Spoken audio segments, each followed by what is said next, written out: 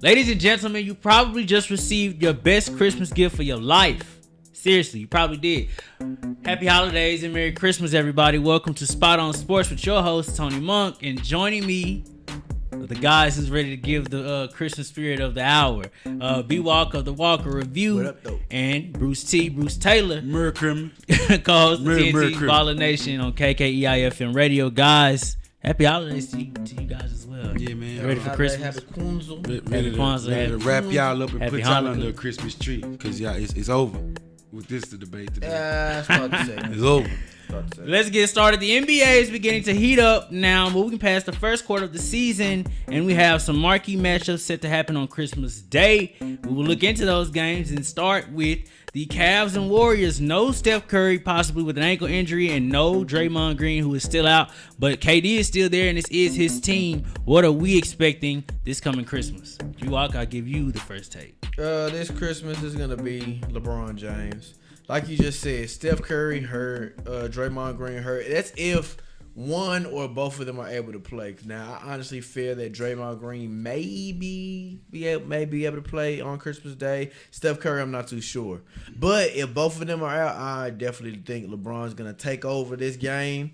He's going to actually get a triple-double. He's going to have some help from Kevin Love and a lot of the rest of the players. But with just KD's going to be able to get his numbers. But as far as on a team collective agreement, Nick Young is not going to be able to help KD get this dub on Christmas Day. I like the matchup. It's a rematch of a rematch of a rematch. Doesn't mean as much. So, we're going to see a lot of fireworks. No Steph Curry, but LeBron's going to bring the energy. You're going to be in L.A. or Oakland, for the Christmas Day. You're going to have KD. Now, KD just got dunked on be walking. Boy, Larry. I don't know if he's going to be ready to play next Hopefully Monday. he forgot about it. You're supposed to have a quick, very forgetful mind in this professional world. Something, because he forgot how to jump. Larry Nance flew, man. I'm talking about in the air. You understand? Up in the air. Now, they have a lot of great things to look forward to. The matchups. You have Crowder. He'll be going against probably Klay Thompson. Isaiah Thomas won't be back yet, but if he was to be back, that Stephen Curry, Isaiah Thomas matchup would be nice. But for Monday, on Christmas Day, man, I'm looking for a high-scoring game. Give me 130, 121. Cavaliers. Washington Wizards will travel to Boston to take on the Celtics. Celtics are 3-2 in their last 5 games, 4-0 at home against Washington since 2015. How's this game going to play out, bro? Bruce? Go ahead. Well, I was just watching this game. This is with different rosters, of course. Isaiah Thomas was the star of the team, no Kyrie Irving. But like I told you guys a few weeks back, the coaching staff is the same. So, of course, they keep the same fundamentals. So I like the Celtics to come out and play a very fundamental and gritty game. Defense, a lot of rebounding. Of course, Kyrie's going to get his. Jaylen Brown will be a defensive matchup for somebody. Terry Rozier will be good. But on the other side, you also have that bad man, Jonathan Wall, I was going to call him. Markeith, I'm sorry. Morris twins. Was that his last name? Is Markeith Morris. So both of the twins are on both teams on Christmas Day. So that's why I got confused, Nation. I apologize. Marcus but yeah, and Markeith. one of the Morris twins play for the Wizards as well. Gortat is still there. Now, Otto Porter is out. Otto Porter is out for the rest of the season with a bad back. That'll be something. No, that's big. That's big. That'll be something to watch. Yeah. Now, of course, you still have Bradley Beal. And that's why I said the Terry Rozier or the Jaylen Brown matchup, that'll be a critical matchup because one of those two guys will have to basically match up against Bradley Beal, who can drop 40.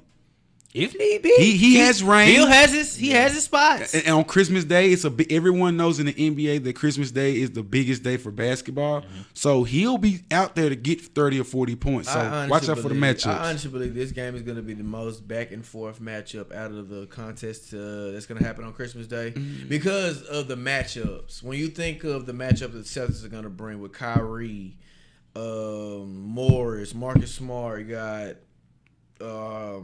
Hayward. Yeah. Not Hayward, I'm sorry, but Al Horford. Yeah. But then again, you go on the other side, and it honestly looks the complete same kind of lineup with John Wall, Bradley Beal, Markeith Morris, Marcin Gortat. Yeah. So, honestly, it seems like every team starting 5 is going to come down to their bench. With the Celtics having a deeper bench, that's why I feel that the Celtics are always going to take off in this matchup. But I like the Wizards, in a sense in this matchup because they got two guys with Bill and John Wall that could be the focal point at any time on the court. Yeah, but the bad thing about that when you have two people and somebody's able to stop either both of your players or one of your players, it makes it hard for your team to win ultimately. Closing out one of the more exciting games that'll possibly be happening, the Rockets and the Thunder will set the face off. You got good old James Harden, who's most likely having another MVP season, and Russell Westbrook tearing off on defenses as you see. Stop it, look at him.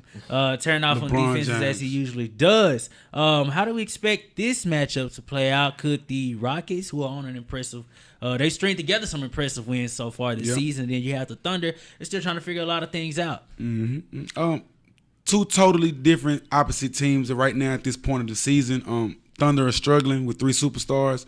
All of them are averaging over 22 plus points a game with Westbrook, Melo, and of course PG. They just haven't found the chemistry that they need to have a winning culture with those 3 players. And a lot of them are probably, or 2 of the 3 are probably thinking, I'm a 1-year rental, so I don't care to get the culture or the chemistry down together. Now on the other end in Houston, ever since CP3's come back into the lineup, these guys have been on the road. I mean, over 120 plus points a game. 120. I mean, they were down the other night in the fourth quarter, and they went to like 130. It's scary when you have James Harden. He's going to do him. Chris Paul has a lovely mid-range, a nice long range. He's going to find the open man. Capella, pick and roll king. You thought you loved DeAndre Jordan? Wait till you see Capella. And they have the energy and they're fast enough to play defense with what you just said, bench players. Eric Gordon coming off the bench, man, dropping 20, 25, 30 points maybe if need be. The Rockets have the right formula. It's the same formula, but they have better pieces in place to make a longer and deeper run. But at the Thunder, they need to – I don't know if Billy Donovan needs to coach better. I think he has a mentality of just letting the superstars get the ball and kind of work their way through it. And that's the problem that they always had when you have 3 perennial guys like that were superstars on their former teams. Yeah. Well, Melo, back when I don't believe it's part of culture, honestly, and it starts with Russell Westbrook and it's going to end with Russell Westbrook because when Russell Westbrook was averaging a triple-double throughout the entire season, nobody was saying anything because you looked at the collective team he had around him. He had to drop a triple-double. But now that he has the firepower that he is, it's on him. Because you can see sometimes in the game, Russell Westbrook plays one way. Let me get to the rim. Yeah. And at times he needs to really defer from that mindset and become a facilitator. Because the game, if you're a defensive player on Russell Westbrook, you're going to have to be aggressive on him.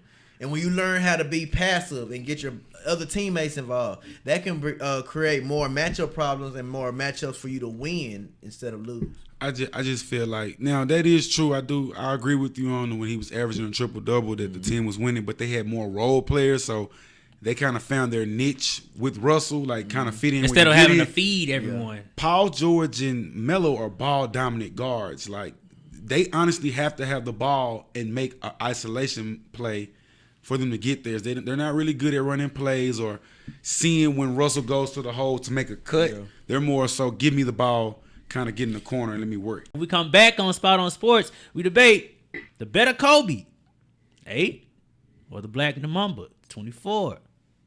Let's see. Spot on Sports will return in a moment.